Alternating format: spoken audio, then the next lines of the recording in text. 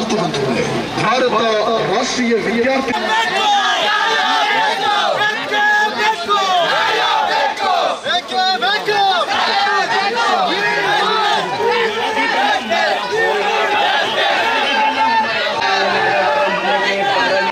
July 6ನೇ ತಾರೀಕು ಮಧ್ಯಾಹ್ನ 12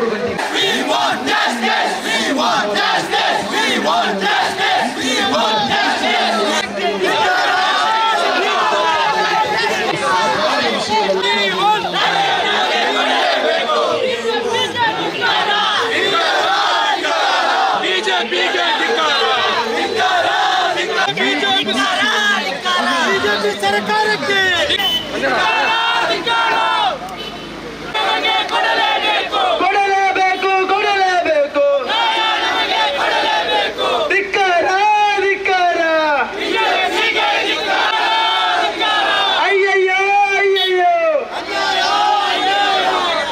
ಮಂಗಳೂರು ವಿಧಾನಸಭಾ ಕ್ಷೇತ್ರ ಹಮ್ಮಿಕೊಂಡಿರುವ ನೀಟ್ ಪರೀಕ್ಷೆ ಅವ್ಯವಹಾರ ಖಂಡಿಸಿ ಬೃಹತ್ ಕಾಲ್ನಡಿಗೆ ಜಾಥಾ ಹಾಗೂ ಪ್ರತಿಭಟನೆ.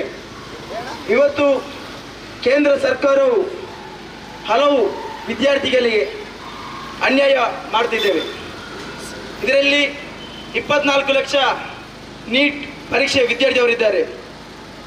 ಅದರಲ್ಲಿ 67 ಪೈಕಿಗಳು. ಅದೇ ರೀತಿ ಒಂದು ಹರಿಯಾಣದ ಒಂದು ಸೆಂಟರಲ್ಲಿ ವಿದ್ಯಾರ್ಥಿಗಳು ತನ್ನ CCTV ಫುಟೇಜ್ ಅಲ್ಲಿ ತೋರಿಸ್ತವೆ. ಏನಂದ್ರೆ ವಿದ್ಯಾರ್ಥಿ ಒಂದು ಬುಕ್ ತೆಗೆದು ಕಾಪಿ ಮಾಡ್ತಿದ್ದೇವೆ. ಅದಕ್ಕೆ ಕಾರಣ ಯಾರು? ಅಲ್ಲಿ ಪಾರ್ಲಿಮೆಂಟ್ ಅಲ್ಲಿ ಒಬ್ರು ಕೂಡ ಒಂದು ಒಂದು MP ಕೂಡ, ನಮ್ದು BJP ಸರ್ಕಾರ MP ಕೂಡ ಒಬ್ರು ಇಲ್ಲಿ ಮಾತನಾಡ್ತಿಲ್ಲ. ಯಾಕೆ? ಅವರಿಗೆ ಬಾಯ್ ಬರಲ್ವಾ ನೀಟ್ ಬಗ್ಗೆ ಮಾತನಾಡ್ಲಿಕ್ಕೆ? ಹಂಗ ಸರ್ಕಾರ ನಮ್ಗೆ ಬೇಕಾ? ಅಲ್ಲಿ ನೀಟ್ ಎಂಬ 3-4 ಅಕ್ಷರ ಇರುವುದು. ಅದರಲ್ಲಿ ಅವರಿಗೆ ಒಂದು ನೀಟ್ ಪರೀಕ್ಷೆ ವಿದ್ಯಾರ್ಥಿಗಳಿಗೆ ಅವ್ರ ಗಮನ ಇಲ್ವಾ? ಅವರು ಏರ್ಪೋರ್ಟ್ ಲೀಕ್ ಮಾಡಿದರು, ರೋಡ್ ರಸ್ತೆಯನ್ನು ಲೀಕ್ ಮಾಡಿದರು, ಪೇಪರ್ ಅನ್ನು ಕೂಡ ಲೀಕ್ ಮಾಡ್ತಾ ಇದ್ದಾರೆ ಅವರು. ಇಂಥ ಸರ್ಕಾರ ನಮ್ಗೆ ಬೇಕಾ? ಇವತ್ತು ಇಲ್ಲಿ NSU ಮಂಗಳೂರು ವಿಧಾನಸಭಾ ಕ್ಷೇತ್ರ ಹಮ್ಮಿಕೊಂಡಿನ ಪ್ರತಿಭಟನೆಗೆ ಬಂದಂತಹ ಮುಖ್ಯವಾಗಿ ಬಂದಂತಹ ನಮ್ಮೆಲ್ಲ ಗಣ್ಯ ವ್ಯಕ್ತಿಗಳೇ, ಅದೇ ರೀತಿ ಎಲ್ಲ ಘಟಾನುಘಟಿ ನಾಯಕರುಗಳೇ, ಒಂದೇ ರೀತಿಯಲ್ಲಿ ನಾವು ಎಲ್ಲರಿಗೂ ಕೂಡ ಸ್ವಾಗತವನ್ನು ಮಾಡುತ್ತಾ, ಅದೇ ರೀತಿ ನಮ್ಮ ಇದಕ್ಕೆ ಬಂದಂತಹ ನಮ್ಮ ಒಂದು ಇನ್ಚಾರ್ಜ್ ತೆಗೆದು ಎಲ್ಲರನ್ನು ಸಹಕಾರ ಕೊಟ್ಟಂತ ರಶೀದ್ ಬಾಬಿ ಅವರಿಗೆ ನಾವು ಸ್ವಾಗತ ಮಾಡ್ತಿದ್ದೇನೆ. ಅದೇ ರೀತಿ ಮನ್ಸೂರ್ ಅವರಿಗೆ ಕೂಡ ನಮ್ಮ NSU ಸಂಘ ನಿರ್ಧರಿಸಿದೆ. ಮೊದಲನೇದಾಗಿ ಇದರ ನೇತೃತ್ವವನ್ನು ವಹಿಸಿಕೊಂಡಂತಹ ಸಾಹಿಲ್ ಆಗಿರ್ಬೋದು, ವಿಶಾಲ್ ಆಗಿರ್ಬೋದು, ರಾಹಿಲ್, ಹಾಗೆ ಎಲ್ಲ ಇಲ್ಲಿನ ನಾಯಕರುಗಳಿಗೆ ಧನ್ಯವಾದಗಳನ್ನು ಹೇಳ್ತಾ ಇದ್ದೇನೆ. ಯಾಕಂತ ಹೇಳಿದ್ರೆ ಇವತ್ತು ನಮ್ಮ ದೇಶದಲ್ಲಿ ಈ ಮೋದಿ ಸರ್ಕಾರ ಬಂದ ಮೇಲೆ ಕೇವಲ ಭ್ರಷ್ಟಾಚಾರ ತಾಂಡವಾಡ್ತಾ ಇದೆ. ಏನು 24 ಲಕ್ಷ ವಿದ್ಯಾರ್ಥಿಗಳು ಏನು ನೀಟ್ ಪರೀಕ್ಷೆಯನ್ನ ಕಳೆದ ಮೇ ತಿಂಗಳಿನಲ್ಲಿ ಬರೆದಿದ್ದಾರೆ. ಮುಂಬರುವಂತಹ ದಿನಗಳಲ್ಲಿ ನಮ್ಮ ದೇಶದ ವೈದ್ಯರುಗಳಾಗ್ಲಿಕ್ಕೆ ಅವರೆಲ್ಲೂ ಕೂಡ ಸದೃಢರಾಗ್ತಾ ಇದ್ರು. ಅಂತಹ ವಿದ್ಯಾರ್ಥಿಗಳ ಜೊತೆ ಅನ್ಯಾಯವನ್ನು ಮಾಡಿದ್ದಾರೆ. ಇವರು ನೀಟ್ ಪೇಪರ್ ಅನ್ನ ಮಾರಾಟ ಮಾಡಿ ಲೀಕ್ ಮಾಡಿದ್ದಾರೆ. ಇದರಿಂದಾಗಿ ಎಷ್ಟು ಮಂದಿ ವಿದ್ಯಾರ್ಥಿಗಳು ಆತ್ಮಹತ್ಯೆಯನ್ನು ಮಾಡಿಕೊಂಡಿದ್ದಾರೆ. ಈ ದೇಶದ ಭವಿಷ್ಯದ ವೈದ್ಯರಾಗಿ, ಡಾಕ್ಟರ್ ಆಗಿ ಜನರಿಗೆ ಸೇವೆ ಮಾಡಬೇಕೆಂದು ಇದ್ದವರು ಇವತ್ತು ಎಲ್ಲರೂ ಕೂಡ ಆತ್ಮಹತ್ಯೆ ಮಾಡ್ತಾ ಇದ್ದಾರೆ. ಇದಕ್ಕೆ ನೇರ ಕಾರಣ ನರೇಂದ್ರ ಮೋದಿ ಸರ್ಕಾರ, ಹಾಗೆಯೇ ಶಿಕ್ಷಣ ಸಚಿವ ಧರ್ಮೇಂದ್ರ ಪ್ರಧಾನ್. CBIಗೆ ಕೊಡಿ ತನಿಖೆಯನ್ನ. ನಿಮ್ಮ ಎಜುಕೇಶನ್ ಮಿನಿಸ್ಟರ್ ಏನು ಈ ಟ್ಯುಟೋರಿಯಲ್ಗಳಿಂದ ಸ್ಕ್ಯಾಮ್ನಲ್ಲಿ ದುಡ್ಡು ತಗೊಂಡು 40 ಲಕ್ಷ ತಗೊಂಡು ಪೇಪರ್ ಲೀಕ್ ಮಾಡಿದ್ದಾರೆ, ಅವ್ರನ್ನ ಬಂಧಿಸಿ ನೇರ ಹೊಣೆಯನ್ನು ಹೊಟ್ಟು ಧರ್ಮೇಂದ್ರ ಪ್ರಧಾನ್ ರಾಜೀನಾಮೆ ನೀಡಬೇಕು. ಅಲ್ಲಿಯವರೆಗೆ ಇಡೀ ದೇಶದಲ್ಲಿ NSU ಸಂಘಟನೆ ಬೀದಿಗೆ ಇಳಿದು ಪ್ರತಿಭಟನೆ ಮಾಡಲಿಕ್ಕಿದೆ. ಇವತ್ತು ಏನು ಉಳ್ಳಾಲದಲ್ಲಿ ನಾವು ಈ ಚಾಲನೆ ನೀಡಿದ್ದಾರೆ, ಇದೇ ರೀತಿಯಾಗಿ ದಕ್ಷಿಣ ಕನ್ನಡ ಜಿಲ್ಲಾದ್ಯಂತ ಹಾಗೆಯೇ ರಾಜ್ಯಾದ್ಯಂತ ರಾಷ್ಟ್ರಾದ್ಯಂತ ವಿದ್ಯಾರ್ಥಿಗಳು ರಸ್ತೆಗಿಳಿದು ಪ್ರತಿಭಟನೆ ಮಾಡಲಿಕ್ಕಿದ್ದಾರೆ. ಮೊನ್ನೆ ಏನು ದೆಹಲಿಯ ಜಂತರ್ ಮಂತರ್ನಲ್ಲಿ ಯುವ ಕಾಂಗ್ರೆಸ್ ಹಾಗೂ NSUI ರಸ್ತೆಗಿಳಿದು ಪ್ರತಿಭಟನೆ ಮಾಡ್ತಾ ಇದ್ದಾಗ ನೀವು BJP ಸರ್ಕಾರ ನಿಮ್ಮ ಆಡಳಿತ ಇರುವಂತಹ ರ್ಯಾಪಿಡ್ ಪೊಲೀಸ್ ಫೋರ್ಸ್ ಅನ್ನ ಯೂಸ್ ಮಾಡಿ ನಮ್ಮ ವಿದ್ಯಾರ್ಥಿಗಳ ಮೇಲೆ ಹಲ್ಲೆಯನ್ನು ಮಾಡಿದ್ದೀರಾ. ಬಹಳಷ್ಟು ವಿದ್ಯಾರ್ಥಿಗಳಿಗೆ ಹೊಡೆದಿದ್ದೀರಾ. ಇದನ್ನ ಯಾವತ್ತೂ ಕೂಡ ನಾವು ಮರೆಯುವುದಿಲ್ಲ. ನೀವು ಮಾಡಿದಂತಹ ಈ ಧೋರಣೆಯನ್ನ ವಿದ್ಯಾರ್ಥಿ ಸಮುದಾಯ ಯಾವತ್ತೂ ಕೂಡ ನೆನಪಿಸಿಕೊಳ್ತದೆ. ಜೊತೆಗೆ ಕೇಂದ್ರ ಸರ್ಕಾರಕ್ಕೆ ತಕ್ಕ ಶಾಸ್ತಿಯನ್ನ ಈ ದೇಶದ ವಿದ್ಯಾರ್ಥಿ ಸಮುದಾಯ ತಕ್ಕ ಉತ್ತರವನ್ನ ಮುಂಬರುವ ದಿನಗಳಲ್ಲಿ ನೀಡ್ತದೆ. ಜೊತೆಗೆ ರೀನೀಟ್ ಅನ್ನ ನಡೆಸದೇ ಇದ್ದಲ್ಲಿ ಮುಂಬರುವಂತಹ ದಿನಗಳಲ್ಲಿ ಇದೇ ರೀತಿಯಾಗಿ ಪ್ರತಿಭಟನೆಗಳು ಎಲ್ಲ ಹೆಚ್ಚಲಿಕ್ಕಿದೆ. ಜೊತೆಗೆ ಎಲ್ಲ ಕಡೆ ನಾವು ನಮ್ಮ ಕೇಂದ್ರ ಸರ್ಕಾರದ ಎಲ್ಲ ಕಚೇರಿಗಳಿಗೆ ನಾವು ಮುತ್ತಿಗೆಯನ್ನು ಕೂಡ ಹಾಕುವಲ್ಲಿ ಹಿಂಜರಿಯುವುದಿಲ್ಲ. ಸೊ ಹಾಗಾಗಿ ನೀಟ್ ಪರೀಕ್ಷೆಯಲ್ಲಿ ಏನು ಅವ್ಯವಹಾರ ನಡೆದಿದೆ ಇದರ ಕುರಿತಾಗಿ ಉನ್ನತ ಮಟ್ಟದ ತನಿಖೆ ಆಗಬೇಕು.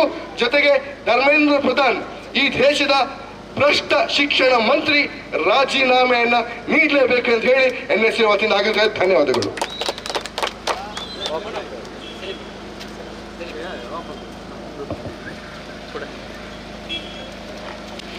National students union of India Mangaluru ವಿಧಾನಸಭಾ ಕ್ಷೇತ್ರ ಈ ಘಟಕದ ಅಧ್ಯಕ್ಷರಾಗಿರ್ತಕ್ಕಂಥ ಸಾಹಿಲ್ ರವರೇ, ಅದೇ ರೀತಿ ಇವರ ಜೊತೆ ಹಗಲಿರಲು ದುಡಿದು ಇವತ್ತಿನ ಈ ಪ್ರತಿಭಟನೆಗೆ ಬಹಳಷ್ಟು ಚಾಕಚಕ್ಯತೆಯಿಂದ ಅವರು ವಿದ್ಯಾರ್ಥಿಯನ್ನು ಒಗ್ಗೂಡಿಸೋದ್ರಲ್ಲಿ ಯಶಸ್ವಿಯಾಗಿರ್ತಕ್ಕಂಥ ಇವರಿಗೆ ಸಾಥ್ ನೀಡಿದಂಥ ಅಶ್ರಫ್ ಅವರು, ಇನ್ನಿತರ ಎಲ್ಲ ನನ್ನ NSUನ ನನ್ನ ಸಹೋದರ ಬಂಧುಗಳೇ, ಪ್ರತಿಭಟನೆ ಬಹಳ ಅರ್ಥಪೂರ್ಣ. ನಾವು ಒಂದು ವೇಳೆ ಈ ಪ್ರತಿಭಟನೆ ಹಮ್ಮಿಕೊಳ್ಳದೆ ಹೋಗಿದ್ದಲ್ಲಿ ಈ ದೇಶದಲ್ಲಿ ಸಂವಿಧಾನ ಇನ್ನಷ್ಟು ಸಂಕಷ್ಟಕ್ಕೀಡಾಗುವಂಥ ಒಂದು ಸಂದರ್ಭ ನಮ್ಮ ಕಣ್ಮುಂದೆ ಕಾಣಲಿಕ್ಕೆ ಸಾಧ್ಯ ಆಗ್ತಾ ಇತ್ತು.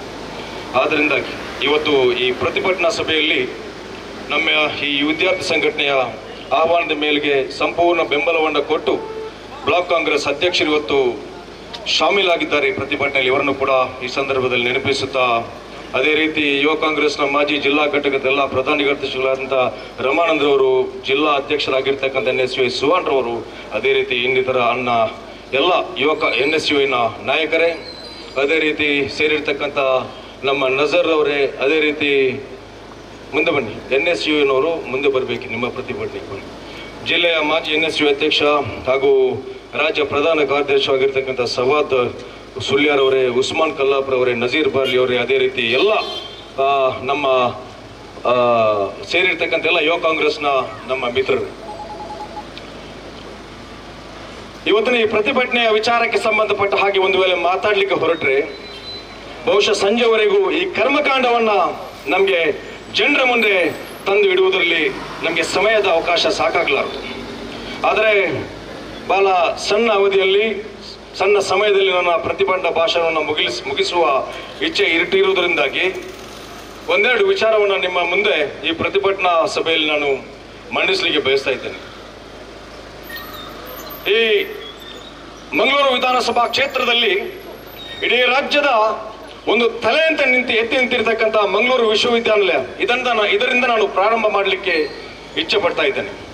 ಇದು ಯಾರು ಕಟ್ಟಿದ್ದಾರೆ ಅಂತ ಒಂದು ವೇಳೆ ಕೇಂದ್ರ ಸರ್ಕಾರದ ಇಲ್ಲಿಯ ಪ್ರತಿನಿಧಿಯಾಗಿರ್ತಕ್ಕಂಥ ಮಾಜಿ ಸಂಸದರಾದ ನಳಿನ್ ಕುಮಾರ್ ಕಟೀಲ್ ಅವರಲ್ಲಿ ಕೇಳಿದ್ರು, ಅಥವಾ ನೂತನವಾಗಿ ಆಯ್ಕೆ ಆಗಿರ್ತಕ್ಕಂಥ ನನ್ನ ಆತ್ಮೀಯ ನಮ್ಮ ಚೌಟಾರ್ ಅವರಿಗೆ ಕೇಳಿದ್ರು, ಯಾರಲ್ಲೂ ಉತ್ತರ ಸಿಗ್ಲಿಕ್ಕೆ ಅವರು ಹೇಳಲಿಕ್ಕೆ ಸಾಧ್ಯವಿಲ್ಲ. ಕಾರಣ ಈ ಇತಿಹಾಸದಲ್ಲಿ ಇಂತಹ ಒಂದು ಪ್ರತಿಷ್ಠಾಪನೆಯನ್ನ ಮಾಡಿರ್ತಕ್ಕಂಥ ಸಂಸ್ಥೆಯನ್ನು ಮಾಡಿರುವುದಾದ್ರೆ ಅದು ಕಾಂಗ್ರೆಸ್ ಪಕ್ಷದ ಅಥವಾ ಅಂದಿನ ಸರ್ಕಾರದ ಮಾಜಿ ಮುಖ್ಯಮಂತ್ರಿ ಈ ಕರ್ನಾಟಕವನ್ನ ಆಡಳಿತ ನಡೆಸಿರ್ತಕ್ಕಂಥ ಅವತ್ತಿನ ನಮ್ಮ ಶಿಕ್ಷಣ ಸಚಿವರಾಗಿರ್ತಕ್ಕಂಥ ನಮ್ಮ ನಿಮ್ಮೆಲ್ಲರ ಹೆಮ್ಮೆಯ ಸನ್ಮಾನ್ಯ ವೀರಪ್ಪ ಮೊಯ್ಲಿ ಅವರ ನೇತೃತ್ವದಲ್ಲಿ ಈ ನಾಡಿನ ಶಾಸಕರಾಗಿರ್ತಕ್ಕಂಥ ಅಂದಿನ ಶಾಸಕರಾಗಿರ್ತಕ್ಕಂಥ ಸನ್ಮಾನ್ಯ UT ಫರೀದ್ ಅವರ ನೇತೃತ್ವದಲ್ಲಿ ಇಲ್ಲಿ ಇಂತಹ ಒಂದು ವಿದ್ಯಾಸಂಸ್ಥೆಯನ್ನ ಸ್ಥಾಪನೆ ಮಾಡಲಾಯಿತು.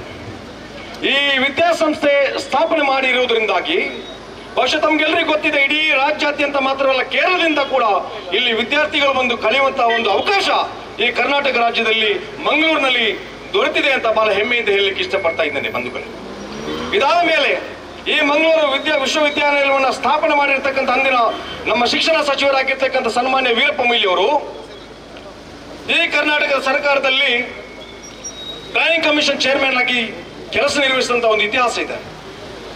ಅಂತಹ ಸಂದರ್ಭದಲ್ಲಿ ಈ ವೀರಪ್ಪ ಮೊಯ್ಲಿ ಸಾಹೇಬರು ಮತ್ತೆ ಶಿಕ್ಷಣ ಸಚಿವರಾಗಂತ ಕಾಲದಲ್ಲಿ ಈ ರಾಜ್ಯದಲ್ಲಿ ಒಂದು CET ಅನ್ನುವಂತ ಒಂದು ಕಾಮನ್ ಎಂಟ್ರೆನ್ಸ್ ಟೆಸ್ಟ್ ಅಂತ ನಮ್ಮ ನಾಡಿನ ಕರ್ನಾಟಕದ ವಿದ್ಯಾರ್ಥಿಗಳಿಗೆ ಇದುವರೆಗೂ ಅಂದಿನ ಕಾಲದಲ್ಲಿ ಅದುವರೆಗೂ ಶ್ರೀಮಂತ ವಿದ್ಯಾರ್ಥಿಗಳಿಗೆ ಮಾತ್ರ ನಮ್ಮ ಮೆಡಿಕಲ್ ಎಜುಕೇಶನ್ ಮತ್ತೆ ಇಂಜಿನಿಯರಿಂಗ್ ಎಜುಕೇಶನ್ ಅನ್ನ ಅವರಿಗೆ ಪಡ್ಕೊಳ್ಳಲು ಸಾಧ್ಯವಾಗ್ತಾ ಇತ್ತು. ದುಡ್ಡಿದ್ರೆ ವಿದ್ಯೆ, ದುಡ್ಡಿಲ್ಲದಿದ್ರೆ ವಿದ್ಯೆ ಇಲ್ಲ ಅನ್ನುವಂತಹ ಒಂದು ಕಾಲದಲ್ಲಿ ಸನ್ಮಾನ್ಯ ಶ್ರೀ ವೀರಪ್ಪ ಮೊಯ್ಲಿ ಅವರು ಕಡು ಬಡವರು, ದಲಿತರು, ಅಲ್ಪಸಂಖ್ಯಾತರು, ಆರ್ಥಿಕವಾಗಿ ದುರ್ಬಲರಾಗಿರ್ತಕ್ಕಂಥ ವರ್ಗದ ಜನರಿಗೆ ಅವರ ಮಕ್ಕಳಿಗೆ ವಿದ್ಯೆಯನ್ನ ನೀಡಲೇಬೇಕು ಅನ್ನುವ ಏಕೈಕ ಉದ್ದೇಶದಿಂದ ಸನ್ಮಾನ್ಯ ಶ್ರೀ ವೀರಪ್ಪ ಮೊಯ್ಲಿ ಅವರು ಕಾಮನ್ ಎಂಟ್ರೆನ್ಸ್ ಟೆಸ್ಟ್ ಅನ್ನುವಂತಹ ಒಂದು ನೀತಿಯನ್ನು ತಂದು ಎಲ್ಲ ಮಕ್ಕಳು ಆ ಕಾಮನ್ ಎಂಟ್ರೆನ್ಸ್ ಟೆಸ್ಟ್ ಅನ್ನ ಬರೆದು ಅದರಲ್ಲಿ ತೇರ್ಗಡೆಯಾದಂತಹ ವಿದ್ಯಾರ್ಥಿಗಳಿಗೆ ಮಾತ್ರ ಉಚಿತವಾದಂತಹ ವಿದ್ಯಾಭ್ಯಾಸವನ್ನು ನೀಡಬೇಕು ಅನ್ನೋ ಒಂದು ನಿರ್ಧಾರಕ್ಕೆ ಬಂದು ಅಂದು ಜಾರಿಗೆ ತಂದಿದ್ರು. ಅದರ ಪ್ರತಿಫಲ ಯಾರಿಗೆ ಸಿಕ್ಕಿತು ಅನ್ನುವಂತ ಕನಿಷ್ಠ ಜ್ಞಾನ ಇಂದಿನ ವಿದ್ಯಾರ್ಥಿಗಳಿಗಾದ್ರೂ ಗೊತ್ತಿದೆಯಾ? ಇಲ್ಲ. ಹೆಚ್ಚಿನ ವಿದ್ಯಾರ್ಥಿಗಳಿಗೂ ಗೊತ್ತಿಲ್ಲ. ಅದರಿಂದಾಗಿ ನಾನು ಈ ಸಂದರ್ಭದಲ್ಲಿ ಹೇಳಲಿಕ್ಕೆ ಇಷ್ಟಪಡ್ತಾ ಇದ್ದೇನೆ, ಆ CET ತಂದಿರುವುದರಿಂದಾಗಿ ಕರ್ನಾಟಕ ರಾಜ್ಯದ ವಿದ್ಯಾರ್ಥಿಗಳಿಗೆ, ಅದರಲ್ಲೂ ಕಡು ಬಡವರ ಮಕ್ಕಳಿಗೂ ಕೂಡ ಅಂದು MBBS, BDS, ಅದೇ ರೀತಿ ನಮ್ಮ ಇಂಜಿನಿಯರಿಂಗ್, ಸಿವಿಲ್ ಆಗಿರಲಿ, ಯಾವುದೇ ಬ್ರಾಂಚಸ್ ಇರಬಹುದು, ಅಂತಹ ಒಂದು ಕೋರ್ಸ್ಗಳನ್ನು ಮಾಡುವಂತ ಒಂದು ಅವಕಾಶ ಬಹಳ ಹೆಮ್ಮೆಯಿಂದ ಇವತ್ತು ಹೇಳಲಿಕ್ಕೆ ಇಷ್ಟಪಡ್ತಾ ಇದ್ದೇನೆ. ಅಂದಿನ ನಮ್ಮ ಮಾಜಿ ಮುಖ್ಯಮಂತ್ರಿಗಳಾಗಿರ್ತಕ್ಕಂಥ ಸನ್ಮಾನ್ಯ ಶ್ರೀ ವೀರಪ್ಪ ಮೊಯ್ಲಿ ಅವರ ನೇತೃತ್ವದಲ್ಲಿ ಅದೆಷ್ಟೋ ಯುವಕರು ಯುವತಿಯರಿಂದು ಇಂಜಿನಿಯರ್, ಡಾಕ್ಟರ್ ಆಗಿ ದೇಶ ವಿದೇಶಗಳಲ್ಲಿ ಕೆಲಸ ಮಾಡುವಂತ ಒಂದು ಅವಕಾಶ ಅವರ ಸಂಪೂರ್ಣ ಕುಟುಂಬ ಇವತ್ತು ಒಂದು ಉನ್ನತ ಮಟ್ಟದಲ್ಲಿರ್ತಕ್ಕಂಥ ಒಂದು ಅವಕಾಶ ಮಾಡಿಕೊಟ್ಟಿದ್ದಾರೆ ಅನ್ನುವಂಥ ವಿಷಯವನ್ನ ಹೆಮ್ಮೆಯಿಂದ ಹೇಳಲಿಕ್ಕೆ ಇಷ್ಟಪಡ್ತಾ ಇದ್ದೇನೆ ಬಂಧುಗಳೇ. ಈ CET ಎನ್ನುವಂತಹ ಒಂದು ಪದ್ಧತಿಯನ್ನ ಜಾರಿಯಲ್ಲಿ ಇರ್ತಿರ್ತಲೇ ಈ ವಿದ್ಯಾಭ್ಯಾಸದಲ್ಲಿ ಕೂಡ ಈ ದೇಶದಲ್ಲಿ ವ್ಯತ್ಯಾಸ ಇದೆ. ಈ ದೇಶದಲ್ಲಿ ಇರ್ತಕ್ಕಂಥ ವ್ಯತ್ಯಾಸ ಇದನ್ನು ಬಹಳ ಗಂಭೀರವಾಗಿ ಅರ್ಥ ಮಾಡಬೇಕು. ನಾನು ಯಾಕೆ ಹೇಳ್ತಾ ಇದ್ದೇನೆ ಅಂತ ಹೇಳಿದ್ರೆ, ಇದನ್ನು ಅರ್ಥ ಮಾಡಿ ಜನರಿಗೆ ಮನವರಿಕೆ ಮಾಡಿ ಕೊಡ್ಬೇಕು. ಈ ನೀಟ್ ಅನ್ನುವಂಥದ್ದು ಯಾವಾಗ ಬಂತು ಅಂತ. ಈ CET ಕಳೆದ ಮೇಲೆ ಕೇಂದ್ರದಲ್ಲಿ BJP ಸರ್ಕಾರ ಬಂದ ಮೇಲೆ ಅಲ್ಲಿಯ ಉತ್ತರ ಭಾರತದಲ್ಲಿರ್ತಕ್ಕಂಥ ಆ ರಾಜ್ಯದಲ್ಲಿ ವಿದ್ಯಾಭ್ಯಾಸ ಕೊರತೆ ಇಡೀ ದೇಶಕ್ಕೆ ಗೊತ್ತಿದೆ. ಅಲ್ಲಿ ಅವಿದ್ಯಾವಂತರ ಹೆಚ್ಚಿರುವುದು ಅಂತ ಹೇಳ್ಕೊಂಡು ದಕ್ಷಿಣ ಭಾರತದಲ್ಲಿ ಅತಿ ಹೆಚ್ಚು ವಿದ್ಯಾರ್ಥಿಗಳಿರುವುದರಿಂದಾಗಿ ಇಲ್ಲಿ ನೀಟ್ ಅನ್ನುವಂತ ಒಂದು ಪದ್ಧತಿಯನ್ನು ಜಾರಿಗೆ ತರುವ ಮುಖಾಂತರ ನಮ್ಮ ದೇಶದ ಉತ್ತರ ಭಾರತದಿಂದ ವಿದ್ಯಾರ್ಥಿಗಳನ್ನು ತಂದು ಇಲ್ಲಿ ನಮ್ಮ ಯೂನಿವರ್ಸಿಟಿಗಳಲ್ಲಿ, ನಮ್ಮ ಮೆಡಿಕಲ್ ಕಾಲೇಜುಗಳಲ್ಲಿ ವಿದ್ಯಾಭ್ಯಾಸವನ್ನು ನೀಡುವಂತಹ ನಮ್ಮ ಅವಕಾಶವನ್ನ ಕಲಿಸಿ ಅವರಿಗೆ ಕೊಡುವಂತಹ ಒಂದು ವ್ಯವಸ್ಥೆ ಸಂಚಲನ ಮಾಡುವ ಮುಖಾಂತರ ನಮ್ಮನ್ನ ಇಲ್ಲಿ ಸೋಲಿಸಲಾಗಿದೆ ಅಂತ ಈ ಸಂದರ್ಭದಲ್ಲಿ ಹೇಳುತ್ತಾ, ಇಂತಹ ನೀತಿಯ ವಿರುದ್ಧ ನಾನು ಮತ್ತೆ ಈ ವಿಚಾರಕ್ಕೆ ಸಂಬಂಧಪಟ್ಟ ಹಾಗೆ ಒಂದು ಚುಟುಕಾಗಿ ಹೇಳಲಿಕ್ಕೆ ಬಯಸ್ತಾ ಇದ್ದೇನೆ. ಈ ನೀಟ್ ಸಂಸ್ಥೆ ಒಂದು ವ್ಯವಸ್ಥೆ ಏನಿದೆ, ಈ ನೀಟ್ ಪರೀಕ್ಷೆಯಲ್ಲಿ ಮುಂದೆ ನಡೆದಿರ್ತಕ್ಕಂಥ ಒಂದು ಘಟನೆ ಏನಿದೆ, ಅದನ್ನ ಬಹಳ ಚುಟುಕಾಗಿ ಹೇಳ್ತಾ ಇದ್ದೇನೆ. BJP ಸಂಸದರಿಗೆ ಸೇರಿರ್ತಕ್ಕಂಥ, ಕುಟುಂಬಕ್ಕೆ ಸೇರಿರ್ತಕ್ಕಂಥ ಒಂದು ವಿದ್ಯಾಸಂಸ್ಥೆಯಲ್ಲಿ 720 ಅಂಕವನ್ನು ಪಡಿಬೇಕಂತ ಒಬ್ಬ ವಿದ್ಯಾರ್ಥಿ, ಅದರಲ್ಲಿ 7 ಮಂದಿ ಅತಿ ಹೆಚ್ಚು ಮಾರ್ಕ್ ತೆಗೆಯುವ ಮುಖಾಂತರ ಪಾಸ್ ಆಗಿ ಹೋಗ್ತಾನೆ. ಇವರು ಇತಿಹಾಸದಲ್ಲಿ ಎಲ್ಲೂ ಕೂಡ ಇಂತಹ ಒಂದು ಸಂಸ್ಥೆ ನಡೆದಿಲ್ಲ ಅಂತ ಇದನ್ನೇ ನಾನು ಖಂಡಿಸಲಿಕ್ಕೆ ಬಯಸ್ತಾ ಇದ್ದೇನೆ. ಇದಕ್ಕೆ ಧಿಕ್ಕಾರವನ್ನು ಕೂಗಿಸಲಿಕ್ಕೆ ಬಯಸ್ತಾ ಇದ್ದೇನೆ. ಅದಲ್ಲದೆ ಇನ್ನೊಂದು ಕಡೆ ಮಾರ್ಕ್ಗಳಲ್ಲಿ ಒಂದು ವ್ಯತ್ಯಾಸ ಇದೆ. ಈ ನೀಟ್ ಮಾರ್ಕ್ಗಳು ಒಂದು ಮಾರ್ಕ್ಗಳನ್ನ ಕಡಿಮೆ ಮಾಡ್ಲಿಕ್ಕೆ ಆಗುದಿಲ್ಲ. ಒಂದು ಫೇಲಿಯರ್ ಆದ್ರೆ, ಒಂದು ಮಾರ್ಕ್ ರಾಂಗ್ ಆಗಿದ್ರೆ ಒಂದು ಆನ್ಸರ್, ಅದರಲ್ಲಿ 5 ಮಾರ್ಕ್ಗಳನ್ನ ಕಡಿತಗೊಳ್ಬೇಕು. ಆದ್ರೆ ಇಲ್ಲಿ ನಡೆದಿರ್ತಕ್ಕಂಥ ಒಂದು ಘಟನೆ ಏನಂತಕೊಂಡು ಹೇಳಿದ್ರೆ, ದುರಂತ 720ರಲ್ಲಿ 1 ಮಾರ್ಕ್ ಕಡಿತ ಮಾಡಿ 719 ಮಾರ್ಕ್ಗಳನ್ನು ಹಾಕುವ ಮುಖಾಂತರ ಮತ್ತೆ ಇಲ್ಲಿ ದ್ರೋಹವನ್ನ ಬಗೆದಿದ್ದಾರೆ ಅಂತ ಈ ಸಂದರ್ಭದಲ್ಲಿ ಹೇಳಿ ನನ್ನ ಧಿಕ್ಕಾರವನ್ನ ಕೇಂದ್ರ ಸರ್ಕಾರಕ್ಕೆ ಹೋಗುವ ಮುಖಾಂತರ ನನ್ನ ಇವತ್ತಿನ ಪ್ರತಿಭಟನಾ ಮಾರ್ಗದಲ್ಲಿ ನನ್ನ ಮಾತನ್ನು ಮುಗಿಸಲಿಕ್ಕೆ ಬಯಸ್ತಾ ಇದ್ದೇನೆ. ಮಾಜಿ ಉಪಾಧ್ಯಕ್ಷರಾದ ಅಯ್ಯೂಬ್ ಮಂಚಿಲರವರು ಈಗ ಒಂದು ನಮ್ಮವರು ಮಾತನಾಡ್ತಾರೆ. ಈ ಕಾರ್ಯಕ್ರಮದಲ್ಲಿರುವಂತಹ ಎಲ್ಲ ಹಿರಿಯ ಕಿರಿಯ ಮತ್ತು ನಾಯಕರೇ ಮತ್ತು ಸ್ಟೂಡೆಂಟ್ ವಿದ್ಯಾರ್ಥಿಗಳೇ ಮತ್ತು ವಿದ್ಯಾರ್ಥಿ ನಾಯಕರೇ ಮತ್ತು ಇಲ್ಲಿ ಸೇರಿದಂತಹ ಎಲ್ಲ ಜನರೇ, ನಾವೇನು ಹೆಚ್ಚಾಗಿ ಮಾತಾಡುವಂತಹ ಸಂದರ್ಭ ಅಲ್ಲ. ಇದು ಯುವ ಶಕ್ತಿಯ ತನ್ನ ನೋವನ್ನು ತೋರ್ಪಡಿಸಿಕೊಂತಹ ಒಂದು ಸಂದರ್ಭ ಅಂತ ನಾನು ತಿಳ್ಕೊಂಡಿದ್ದೇನೆ. ನೋಡಿ, ನಮ್ಮ ಈ ದೇಶದಲ್ಲಿ ಬಹಳಷ್ಟು ಏನು ಯುವಕರಿದ್ದಾರೆ, ಅವರೇ ತನ್ನ ವಿದ್ಯಾಭ್ಯಾಸದ ಮೂಲಕ ತನ್ನ ಬದುಕನ್ನು ಕಲ್ಪಿಸಿಕೊಳ್ಳುವಂತಹ ಒಂದು ಇರಾದೆಯಲ್ಲಿ ಇರುವಾಗ ಅವರ ಬದುಕಿನ ಅಮೂಲ್ಯವಾದ ಸಂದರ್ಭಗಳಿಗೆ ಇಂತಹ ಕೊಡಲಿಯೇಟು ನೀಡುವ ಮೂಲಕ ಈ ಕೇಂದ್ರ ಸರ್ಕಾರವು ಮಾಡಿದಂತಹ ಘೋರ ಅನ್ಯಾಯವನ್ನು ನಾವು ಈ ಸಂದರ್ಭದಲ್ಲಿ NSCU ಘಟಕ ಉಲ್ಲಾಲ ವತಿಯಿಂದ ನಾವು ಖಂಡಿಸ್ತೇವೆ. ಕೇಂದ್ರ ಸರ್ಕಾರಕ್ಕೆ ನಮ್ಮ ಹೃದಯಾಲದ ಧಿಕ್ಕಾರವಿರಲಿ ಅಂತ ಹೇಳ್ತಾ ನನ್ನ ಮಾತುಗಳಿಗೆ ವಿರಾಮ. Thank you all. ಕಾಂಗ್ರೆಸ್ನ ಆಶ್ರಯದಲ್ಲಿ ನಮ್ಮ NSY ಘಟಕ ಉಳ್ಳಾಳ ಇದರ ಇವತ್ತು CET ವಿರುದ್ಧ ಒಂದು ಹೋರಾಟಕ್ಕಾಗಿ ಕೇಂದ್ರ ಸರ್ಕಾರ ಹಾಗೂ ಅದರ ಸಹ ಸಂಸ್ಥೆಗಳು ಒಟ್ಟಿಗೆ ಸೇರಿ ವಿದ್ಯಾರ್ಥಿಗಳ ಜೀವನದಲ್ಲಿ ಕೊಡಲಿ ಏಟು ಹಾಕುವಂತಹ ಒಂದು ಪರಿಸ್ಥಿತಿ ಆಗಿದೆ. ಅವರ ಭವಿಷ್ಯಕ್ಕೆ ಮಾರಕವಾಗುವಂತಹ ರೀತಿಯಲ್ಲಿ ಅವರು ಮಾಡ್ತಾ ಇದ್ದಾರೆ. ಯಾಕಂತ ಇದಕ್ಕಾಗಿ ನಾವುಗಳು ಮಾತ್ರ ಅಲ್ಲ, ಇಡೀ ಹೆತ್ತವರು ಕೂಡ ಇದಕ್ಕೆ ನಮ್ಮೊಟ್ಟಿಗೆ ಕೈ ಜೋಡಿಸಬೇಕಾಗ್ತದೆ. ಯಾಕಂದ್ರೆ ಒಬ್ಬ ವಿದ್ಯಾರ್ಥಿಗೆ ಈ ರೀತಿಯ ಎಲ್ಲ ವಿದ್ಯಾರ್ಥಿಗಳಿಗೆ ಈ ರೀತಿಯ ಅನ್ಯಾಯ ಆದಾಗ ನಾವೆಲ್ಲರೂ ಒಟ್ಟಾಗಿ ಹೋರಾಡಬೇಕಾದದ್ದು ನಮ್ಮೆಲ್ಲರ ಕರ್ತವ್ಯ ಆಗಿದೆ.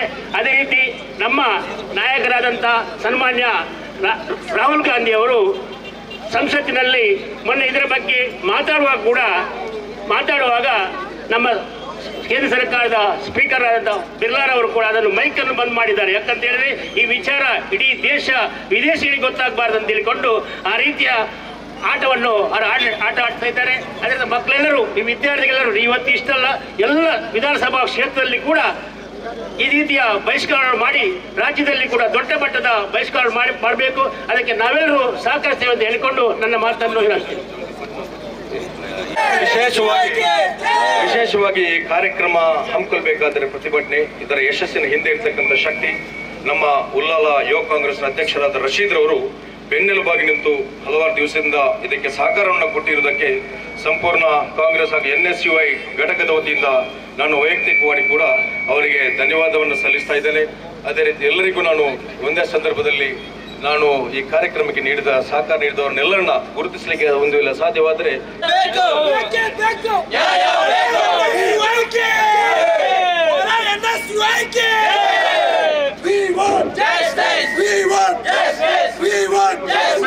ಉಳ್ಳಾಳ ವಿಧಾನಸಭಾ ಕ್ಷೇತ್ರ NSUI ಹಮ್ಮಿಕೊಂಡಂತಹ ಈ ಒಂದು ಪ್ರತಿಭಟನೆಯನ್ನು ಭಾರತ ದೇಶದಲ್ಲಿ ನೀಟ್ ಆದಂತಹ ಒಂದು ಗೌರವ ಎಕ್ಸಾಮಿನೇಷನ್ ನಡೀತಾ ಇತ್ತು. ಸೊ ಹೀಗಿರುವಾಗ ಬಿಜೆಪಿ ಸರ್ಕಾರ ಬಡ ವಿದ್ಯಾರ್ಥಿಗಳಿಗೆ, ನಿರ್ಗತಿಗಳ ಮಕ್ಕಳು, ಕೂಲಿ ಕಾರ್ಮಿಕರ ಮಕ್ಕಳು, ರೈತರ ಮಕ್ಕಳು, ಎಲ್ಲ ವಿದ್ಯಾರ್ಥಿಗಳು ನೀಟ್ ಎಕ್ಸಾಮ್ಗೆ ಒಂದು ಅದರಾದಂತಹ ಗೌರವದಲ್ಲಿ ಎಕ್ಸಾಮ್ ಬರೆಯುವಾಗ ಈ ವಿದ್ಯಾರ್ಥಿಗಳ ಒಟ್ಟಿಗೆ ಚೆಲ್ಲಾಟವಾಡುವಂತಹ ಬಿಜೆಪಿ ಸರ್ಕಾರ, ಇದರ ಬಗ್ಗೆ ನಾವು NSUI ಧ್ವನಿ ಎತ್ತಾ ಇದ್ದೇವೆ. ಗುಜರಾತ್ ಮೂಲದ ವಿದ್ಯಾರ್ಥಿಗಳಿಗೆ 720ರಲ್ಲಿ 720 ಅಂಕವನ್ನು ಪಡೆದು ಕೊಟ್ಟು ನಾಚಿಕೆಗೆಡುವಂತಹ ಈ ಸರ್ಕಾರ ನಮ್ಮ ವಿದ್ಯಾರ್ಥಿಗಳಿಗೆ ಬೇಡ. ಆದ ಕಾರಣ ಎಕ್ಸಾಮಿನೇಷನ್ ಕಾಲೇಜಲ್ಲಿ ಫೇಲ್ ಆದಂತ ವಿದ್ಯಾರ್ಥಿ ಸಹ 705 ಮಾರ್ಕ್ಸ್ ಅನ್ನು ತೆಗೆಯುವ ಮುಖಾಂತರ ಇವರು ಈ ಪೇಪರ್ ಲೀಕ್ ಔಟ್ ಮಾಡಿ ವಿದ್ಯಾರ್ಥಿಗಳಿಗೆ ಅಪಮಾನ ಮಾಡಿದ್ದಾರೆ. ದಯವಿಟ್ಟು ಇದು ಸಣ್ಣ ವಿಷಯ ಅಲ್ಲ. ಇವತ್ತು ನೀಟ್, ನಾಳೆ ಮತ್ತೊಂದು, ನಾಳೆ ಮಗದೊಂದು, ಈ ಒಂದು ನೈಜ ಕಟ್ಟ ವಿದ್ಯಾರ್ಥಿಗಳ ಜೊತೆ ಚೆಲ್ಲಾಟವಾಡುವಂತಹ ಈ ಒಂದು ಸರ್ಕಾರ ವಿದ್ಯಾರ್ಥಿಗಳಿಗೆ ಬೇಡ.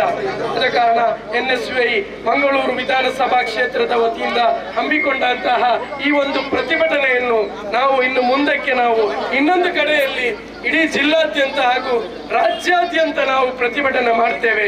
ಆದರೂ NSUI ವಿದ್ಯಾರ್ಥಿ ಪರವಾಗಿ ಯಾವಾಗಲೂ ನಿಂತಿದೆ.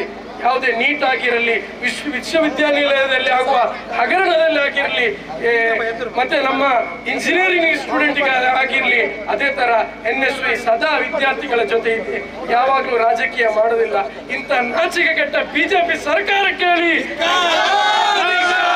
ಧಿಕ್ಕಾರ, ಧಿಕ್ಕಾರ. ಮತ್ತೊಂದು, ಈ ಒಂದು ಪ್ರತಿಭಟನಾ ಸಭೆಗೆ ನಮಗೆ ಎಲ್ಲ ರೀತಿಯಲ್ಲಿ ಮಂಗಳೂರು ವಿಧಾನಸಭಾ ರವರಾಗಿರ್ಬೋದು, ಹಾಗೂ ನಮ್ಮ ಜಿಲ್ಲಾಧ್ಯಕ್ಷರಾಗಿರ್ಬೋದು, ನಮ್ಮ ಇಲ್ಲಿಯ ಎಲ್ಲ ML ಬ್ಲಾಕ್ ಕಾಂಗ್ರೆಸ್ ಹಾಗೂ ಕಾರ್ಪೊರೇಷನ್ ಇರುವ ಅಧ್ಯಕ್ಷರು, ಉಪಾಧ್ಯಕ್ಷರು ಎಲ್ಲರೂ ನಮಗೆ ಆಭಾರಿಯಾಗಿದ್ದಾರೆ. ಅವರಿಗೆ ಧನ್ಯವಾದವನ್ನು ಹೇಳುತ್ತಾ, ಮುಂದಿನ ದಿನಗಳಲ್ಲಿ ನಮ್ಮ ಸಾಜಿದ್ ಉಳ್ಳಾಲ್ರವರಾಗಿರ್ಬೋದು, ನಜರ್ ಶಾ ಪಟೋರಿ ಅವರಾಗಿರ್ಬೋದು, ನಮ್ಮ ಎಲ್ಲರ ಧಿಕ್ಕಾರ, ಧಿಕ್ಕಾರ, ಧಿಕ್ಕಾರ. ವಿದ್ಯಾರ್ಥಿಗಳ ಭವಿಷ್ಯದ ಜೊತೆಗೆ ಚೆಲ್ಲಾಟವಾಡುತ್ತಿರುವ ಕೇಂದ್ರ ಸರ್ಕಾರಕ್ಕೆ ಧಿಕ್ಕಾರ, ಧಿಕ್ಕಾರ, ಧಿಕ್ಕಾರ. ಮಂಗಳೂರು ವಿಧಾನಸಭಾ ಕ್ಷೇತ್ರ NSUI ಘಟಕದಿಂದ ಆಯೋಜಿಸಿದಂತ ಈ ಒಂದು ಕೇಂದ್ರ ಸರ್ಕಾರದ ವಿದ್ಯಾರ್ಥಿ ವಿರೋಧಿ ನೀತಿಯ ವಿರುದ್ಧ ನಡೆದಂತ ಈ ಒಂದು ಸಾಂಕೇತಿಕ ಪ್ರತಿಭಟನೆಯಲ್ಲಿ ಭಾಗವಹಿಸಿದಂತ ಎಲ್ಲ ಜಿಲ್ಲಾ ಮಟ್ಟದ, ರಾಜ್ಯ ಮಟ್ಟದ ಹಾಗೂ ಕ್ಷೇತ್ರ ಮಟ್ಟದ ನಾಯಕರುಗಳೇ ಹಾಗೂ ನೆರೆದಂಥ ಎಲ್ಲ ವಿದ್ಯಾರ್ಥಿ ಸಮುದಾಯದ ವಿದ್ಯಾರ್ಥಿಗಳು, ಒಂದು ಕಡೆಯಲ್ಲಿ ಕಾಂಗ್ರೆಸ್ ಪಕ್ಷ ಬಡ ವಿದ್ಯಾರ್ಥಿಗಳು ವಿದ್ಯಾಭ್ಯಾಸದ ಮುಖಾಂತರ ಈ ದೇಶದ ಆಸ್ತಿ ಆಗಬೇಕು, ಧನಿಗಳ ಮಗ ಮಾತ್ರ ಇಂಜಿನಿಯರ್ ಡಾಕ್ಟರ್ ಆಗುವುದಲ್ಲ, ಒಬ್ಬ ಬಡ ರೈತನ ಮಗ ಕೂಡ, ಒಬ್ಬ ಬಡ ಕಾರ್ಮಿಕನ ಮಗ ಕೂಡ ಡಾಕ್ಟ್ರು ಇಂಜಿನಿಯರು ಆಗುವ ಮುಖಾಂತರ ಈ ದೇಶದ ಭವಿಷ್ಯವನ್ನು ರೂಪಿಸುವಂತ ಒಬ್ಬ ಶಕ್ತಿ ಆಗಬೇಕು ಅನ್ನುವಂತ ದೃಷ್ಟಿಯಲ್ಲಿ ಅಂದಿನ ಕಾಂಗ್ರೆಸ್ ಸರ್ಕಾರ ವೀರಪ್ಪ ಮೊಯ್ಲಿ ಅವರ ನೇತೃತ್ವದಲ್ಲಿ ಅಂದಿನ ಶಾಸಕರಾದಂಥ ನಮ್ಮ ಈ ಕ್ಷೇತ್ರದ ಬ್ಯೂಟಿ ಫರೀದ್ ಅವರ ಮಾರ್ಗದರ್ಶನದಲ್ಲಿ, ಅದೇ ರೀತಿ ಈ ಕಾಂಗ್ರೆಸ್ ಪಕ್ಷದ ಎಲ್ಲ ನಾಯಕರ ಒಂದು ಉತ್ತಮ ಉದ್ದೇಶದೊಂದಿಗೆ ನೀಟ್ ಮುಖಾಂತರ ವಿದ್ಯಾರ್ಥಿಗಳ ಭವಿಷ್ಯವನ್ನ ಕಂಡುಕೊಳ್ಳುವಂತಹ ಒಂದು ಮಾತ್ರವಾದಂತಹ ಕನಸನ್ನು ಕಾಣುತ್ತಾ ಇವತ್ತು ಸಾವಿರಾರು ಲಕ್ಷಾಂತರ ವಿದ್ಯಾರ್ಥಿಗಳು ಇವತ್ತು ಬಡ ವಿದ್ಯಾರ್ಥಿಗಳು ಇಂಜಿನಿಯರ್ ಡಾಕ್ಟರ್ ಆಗುವಂತಹ ಪರಿಸ್ಥಿತಿ ಇವತ್ತು ದೇಶದಲ್ಲಿ ನಿರ್ಮಾಣವಾಯಿತು. ಆದರೆ ಇವತ್ತಿನ ಕೇಂದ್ರ ಬಿಜೆಪಿ ಸರ್ಕಾರ ಆ ವಿದ್ಯಾರ್ಥಿಗಳ ಭವಿಷ್ಯದ ಜೊತೆಯಲ್ಲಿ ಚೆಲ್ಲಾಟವಾಡುತ್ತಾ ಕೇಂದ್ರ ಸರ್ಕಾರ ಇವತ್ತು ಸಿಇಟಿಯಲ್ಲಿ ಹಗರಣಗಳನ್ನು ನಡೆಸುವ ಮುಖಾಂತರ ವಿದ್ಯಾರ್ಥಿಗಳ ಭವಿಷ್ಯಕ್ಕೆ ಇವತ್ತು ಕುತ್ತು ತರುವಂತಹ ಕೆಲಸವನ್ನ ಮಾಡ್ತಾ ಇರುವಂತಹ ಈ ಭ್ರಷ್ಟ ಬಿಜೆಪಿ ಸರ್ಕಾರ ಇವತ್ತು ರಾಷ್ಟ್ರದಲ್ಲಿ ಅಧಿಕಾರವನ್ನು ನಡೆಸ್ತಾ ಇದೆ. ಈ ಬಿಜೆಪಿ ಸರ್ಕಾರ ಏನಾದ್ರೂ ಕುಂಚಿತವಾದ್ರೂ ಮಾನ ಮರ್ಯಾದೆ ಇದ್ರೆ ಈ ವಿದ್ಯಾರ್ಥಿಗಳ ಜೊತೆ ನಡೆದಂತಹ ಒಂದು ಅನ್ಯಾಯವನ್ನ ಗಮನದಲ್ಲಿ ಇಟ್ಟುಕೊಂಡು ಇವತ್ತು ತಕ್ಷಣ ಅವರು ರಾಜೀನಾಮೆಯನ್ನು ಕೊಡಬೇಕು. ಕೇಂದ್ರದ ಎಜುಕೇಶನ್ ಮಿನಿಸ್ಟರ್ ರಾಜೀನಾಮೆ ಕೊಡಬೇಕು. ಇದರ ಸಂಪೂರ್ಣ ಹೊಣೆಯನ್ನ ಕೇಂದ್ರ ಸರ್ಕಾರ, ಮೋದಿ ಸರ್ಕಾರ ಒತ್ತುಕೊಂಡು ಈ ಒಂದು ಹಗರಣವನ್ನ ಸಿಬಿಐಗೆ ತನಿಖೆಗೆ ಕೊಡಬೇಕು ಅನ್ನುವಂತ ಆಗ್ರಹವನ್ನ ವಿದ್ಯಾರ್ಥಿ ಒಂದು ಸಂಘಟನೆ ಇವತ್ತು ಆಗ್ರಹವನ್ನ ಮಾಡ್ತಾ ಇದೆ.